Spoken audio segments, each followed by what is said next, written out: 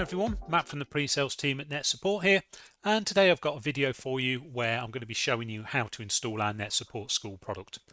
So the first thing you're going to need to do is get hold of the install files, and how you do that is going to depend on if you're a trial customer or if you've purchased the software. So if you're looking to trial, if you head over to our netsupportschool.com website, and on the main page, if you just scroll down, click on the try for free button, pop your details into this form here, click on register, and that will take you straight through to the download links.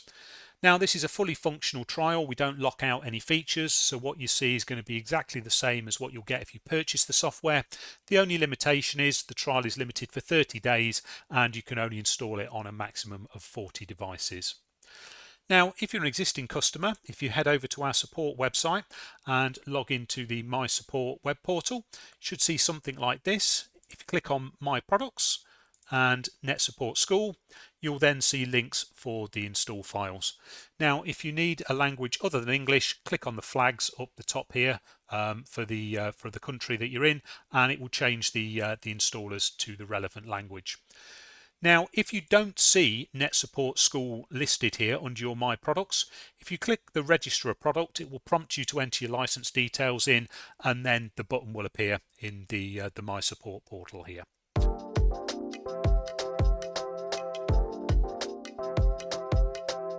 So now we've got hold of the install files, I just want to talk a little bit about the different components that make up NetSupport School. So the first component is what we refer to as the student. So this is the part of the software that goes onto the student devices. Next, we've got the tutor console. So this is installed onto the teacher devices, and this allows the teacher to connect to the students. Thirdly, there's the tech console. So this is similar to the tutor console, but it's designed for network managers, technicians.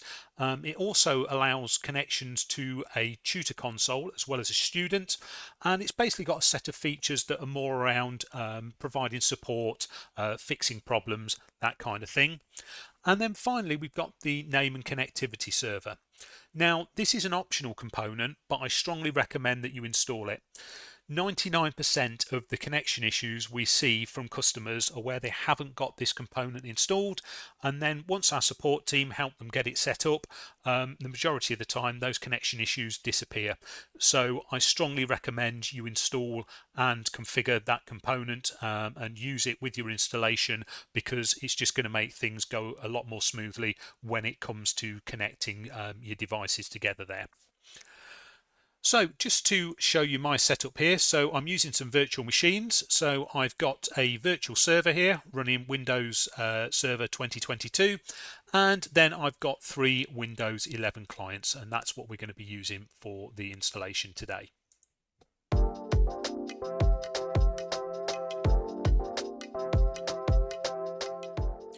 So the first components I'm going to install are going to be the name and connectivity server and the tech console. So I'm going to do that on my virtual server here. Now, the name and connectivity server doesn't need its own dedicated server. So you've possibly got a server that's running your environment already. It's probably fine to install it on there, and we can do some configuration, which I'll show you as we go through the install, to make sure it's not going to be conflicting with anything else running on that server. But you don't need to spin up a dedicated device for this. It's going to be overkill. So you can see I've got my install folder on the desktop. So if we jump in here, you'll see I've got 2 installers here. So I've got the MSI and the EXE. Now, for a manual installation, always use the EXE file. The MSI should only be used for automated deployments. So that is if you're going to be using something like SCCM, group policy, Intune, and I'll cover that a little bit towards the end of this video about how to package up your MSI for an automated deployment. So just going to double click on my setup.exe here. It's probably worth mentioning as well at this point that all the different components are included in this setup.exe. So we're going to be using essentially the same file for all the different parts. You'll just see how I select what I want to install as we go through the process. So just click on next here, agree to the license terms there. And then we'll get this license screen.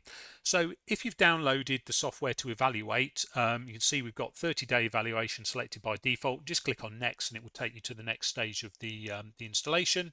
However, if you're a customer who's purchased, you can change that to register and you can enter in your registration details there.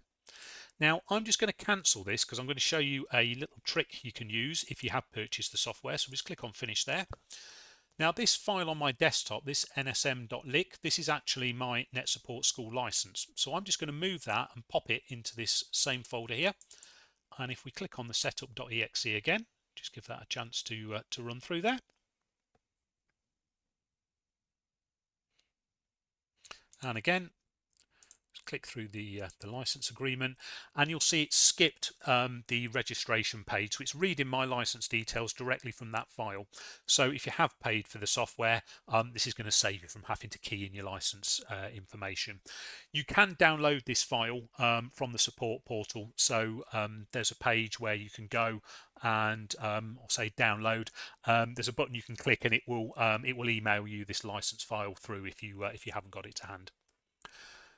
So I'm going to install the name and connectivity server and the technician console. So you can see there's an option here for the technician console if I want to install it on its own, but I want to install it with the NCS here. So I'm going to pick on custom.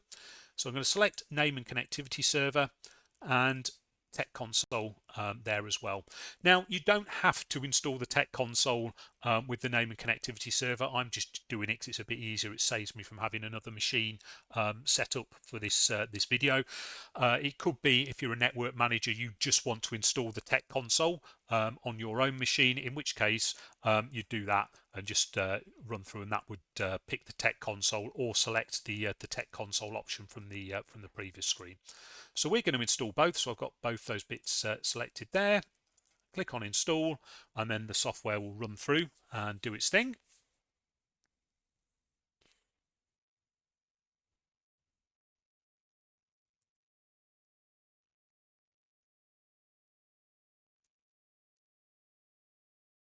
And there we go. We can see it's put a shortcut for my Tech Console on the desktop there. And then if we click on finish, and what we have now is the configuration window for the name and connectivity server. Now there's a few bits we can set here, but I'm just going to show you the kind of bare minimum to get set up. So the first thing you want to consider is this port here. So by default we set this to 443, which might be fine, but if the server you're installing this on is also acting as a web server, this could cause a port conflict. So what I'm going to do is I'm going to change this port to 3085. So this is a port registered to NetSupport, so this should mean it's not going to conflict with anything else running on the server here. The other thing we're going to need to do is to create a connectivity key. So to prevent just sort of anybody from connecting a device to your name and connectivity server, when a device connects, it provides a key, and if that key isn't correct, then the server will reject the connection. So we need to create a key. So to do that, if we click on add, description is just a friendly name, so you can type in whatever you want here. I'm just going to call this NetSupport School key, and then if we click on the set button here, and on this screen here you're going to need to provide a password between 8 and 16 characters, so it can be anything you like as long as it meets those criteria. So I'm just going to enter in my key here, should be long enough, and click on OK. And then you can see down here it's showing me an encrypted version of this key. Now this is very important. This is done by one-way encryption. So if you forget what the password is, our support team can't help you recover it. We can't magically decrypt this value here. So if you do happen to forget what the key is, we can get you up and running again, but it does require quite a bit of work. So I do recommend, if you've got a sort of password vault or something like that, store this key value in here, or the sort of unencrypted password in your password vault, so you've got it if you need to refer to it again. Because if you do forget it, it's going to take quite a lot of work to get things right for you again. So if I click on OK, that's all set up. If I click on Apply and OK, and if you look at this little icon in the system tray here, what we should see in a moment there, so that's got a little green tick on it, so that means that everything is up and running and everything is configured correctly.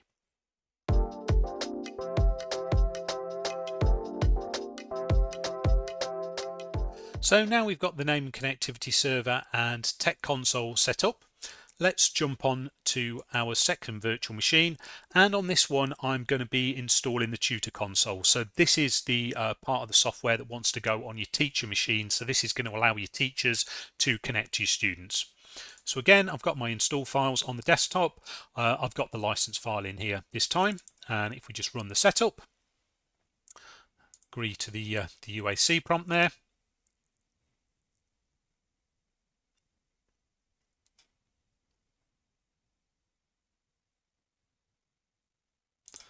and if we click on next through here, and I'm going to select tutor here, so this is going to install my tutor console. Click on next. Now it's going to ask me for a room. Now the way I'm going to install and set the software up today is going to be using what we refer to as room mode. So this is used in a setup where you've got an IT suite or a computer labs, maybe sort of 20-30 machines for your students to use, and then there's a machine at the front that your teachers use, or perhaps your teachers have got a laptop that they carry around between lessons. So if this is a fixed machine, let's pretend this is in room 1. So I'm going to enter the room name room 1. If this was a laptop that teachers were taking between classes, still enter room 1. We can add additional rooms later on when we do a bit more configuration. So if it's a fixed machine, you're probably going to only want the machine in that room to connect to the machines in front of it. But if a teacher's got a laptop and they're moving around between different computer rooms, you're going to want to give them the option to pick to connect to the machines in the room that they're in. So I'll show you how to do that a little bit later through this video. But for the moment, we're just going to call that room 1, click on next and install. And there we go. We can see it's popped an icon on the desktop there, and there we go. That's the tutor console installed on this machine.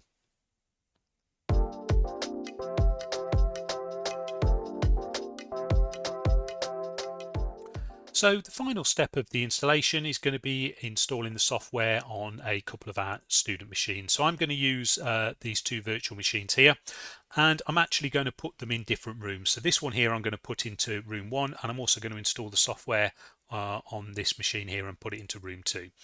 So again, jump in to my install folder, double click on the setup. So hopefully you should be getting familiar with this process now. And if I click on next, accept through the license agreement, and I want this to be a student device, so I'm just going to leave that on student at the top there. And as said, we're going to install this one in room 1 and click on install. Let that run through, and that's all done. And then jump onto the second one, and we're going to do the same process, and we're going to pop this one into room 2.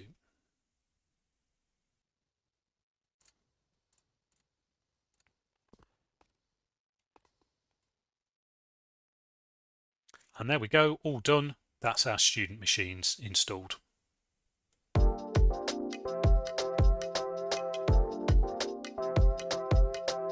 So now we've got the software installed on all our machines. There's just a little bit of configuration left to do so we can get everything connected up to the name and connectivity server, and then our tutor will be able to connect to our student devices. So let's start with the student machines. So if you go into the programs menu on one of your student machines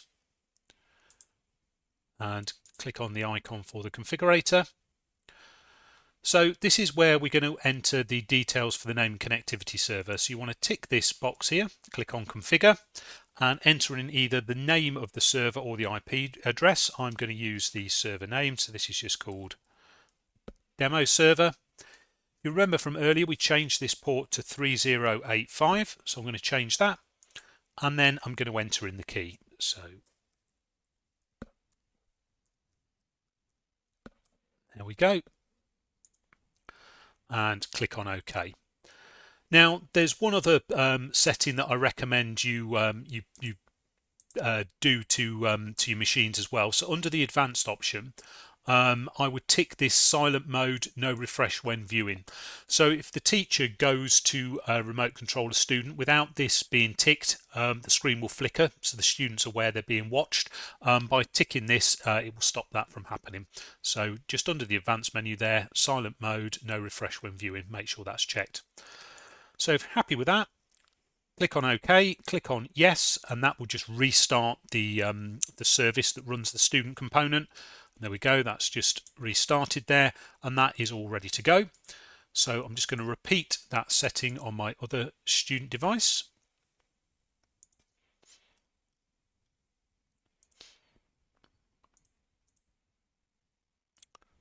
So click in here, enter the name of my name and connectivity server, change the port, and enter my server key.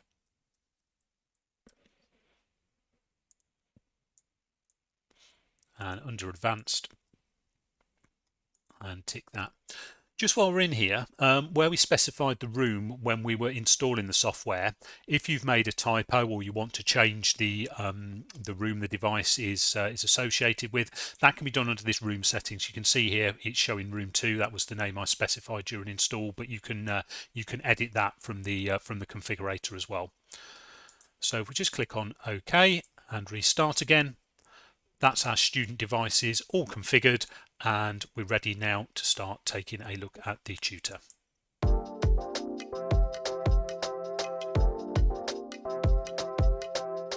So now we've got our students set up, let's take a look at the tutor console, get that configured and see if we can get everything connected.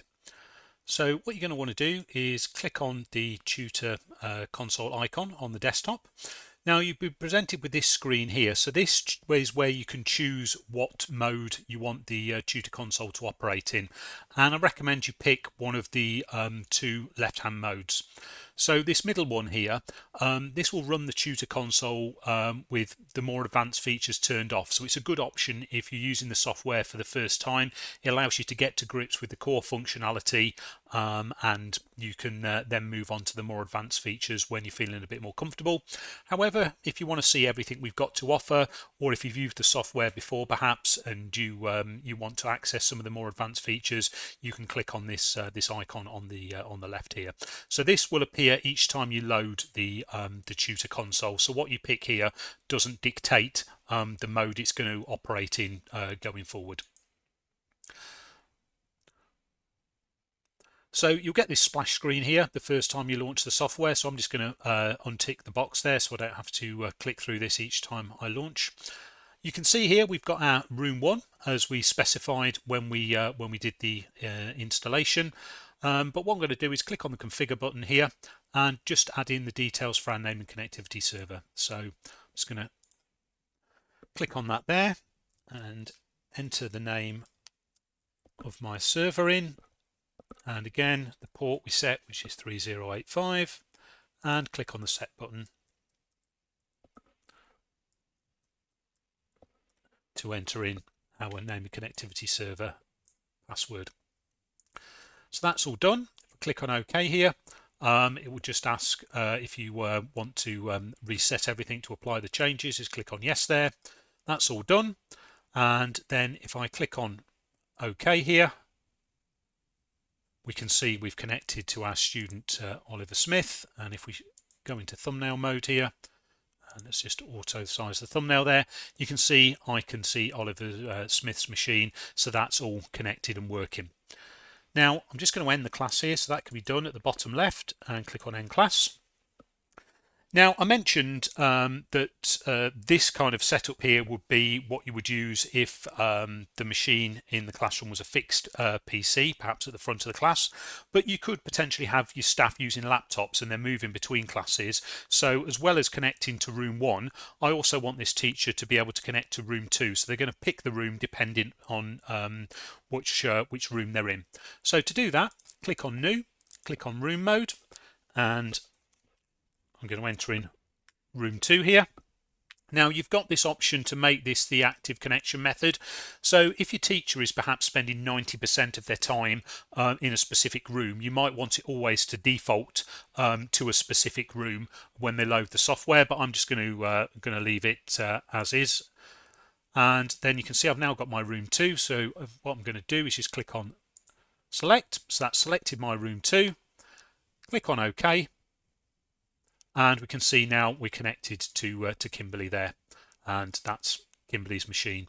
So I can choose when I launch the software which room that I want to connect to.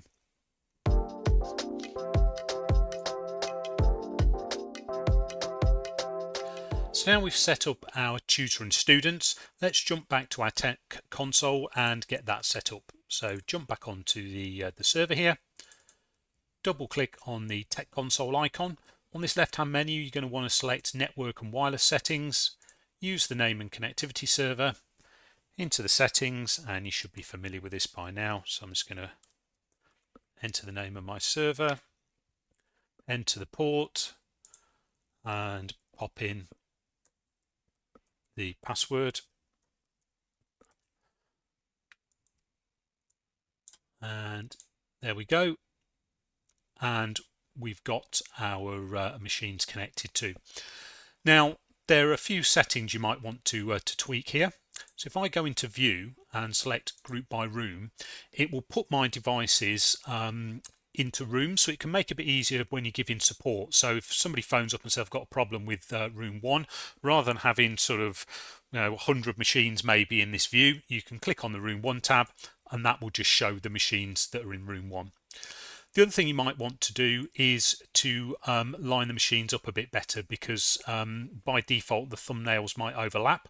So if I select this automatically arrange thumbnails, you can see those two are actually sitting on top of each other, but they're now sort of snapped to a grid, so it makes them easier to see.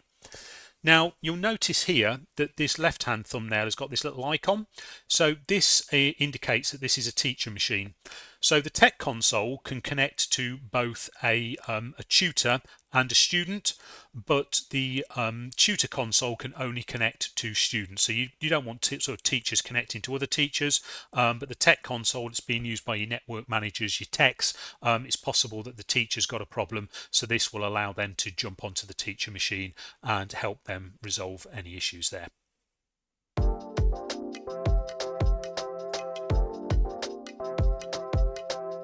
So the final thing I want to cover in this video is how to package the application up for a automated installation. So that's using something like group policy, SCCM, Intune, PDQ deploy. So if we jump to my tutor machine here, you'll see that I've created a couple of folders, and if we jump into the tutor one first, this is how you would need to package the application up. So you'll obviously need your MSI file, so that's what's going to install the software. We've also got the license file here, so if you've purchased the software, it's important that you include this file alongside the MSI. If you don't, it's going to install the software in evaluation mode, so everything's going to stop working after 30 days. And finally, we've got an ini file in here. So because this is an automated deployment, you're obviously not going to have the option to select which components you want to install. So that is done by the use of this ini file here. Now, to obtain a copy of this, if you go on a machine with the software installed and navigate to C, Program Files x86, NetSupport School, and you can grab a copy of the ini file from this folder here. So where are we? There we go. So there's a copy in there, and what you'll need to do is just edit it to install the required components. So if I just load this up, so this I've pre-configured. So if you want to pause the video, these are the settings I recommend you use. So edit your ini file so it looks like mine. Basically, a one after any of the components will install it. If there's nothing after it, it won't install.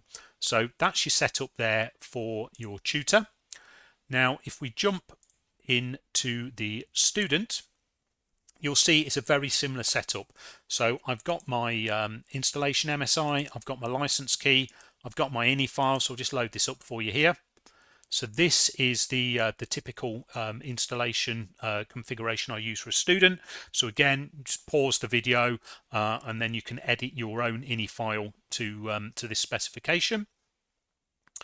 And then finally, you'll see there's an additional file in there for my student, this client32u.ini.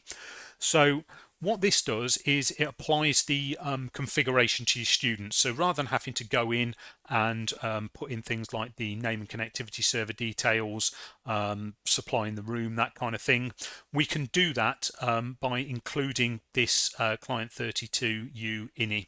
And you can get that off a machine that you've already configured. So you'd install the student, as I've done in this video, set the configuration up, and then take a copy of this file and put it into your installation folder. So if I just show you again where to get this, so on my student machine here, if I navigate Program Files, x86, NetSupport School, and if we scroll down, and there it is there. So it's this client32u ini file that you want. So if I just open this up for you, so you can see some of the settings in here.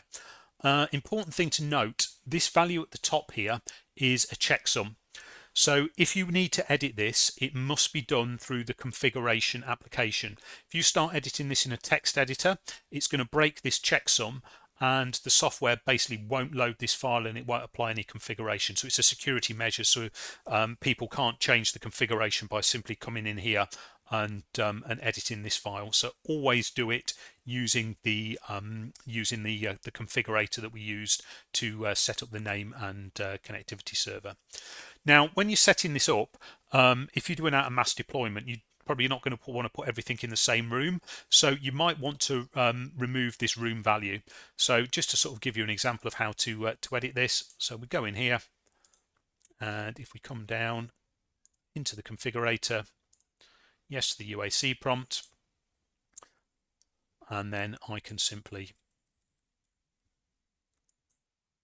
delete that out there, click on yes, and then if I come back in here now, you'll see it's removed the room name there. So this is the correct way of doing this. If I simply deleted it out of this file would have essentially become useless.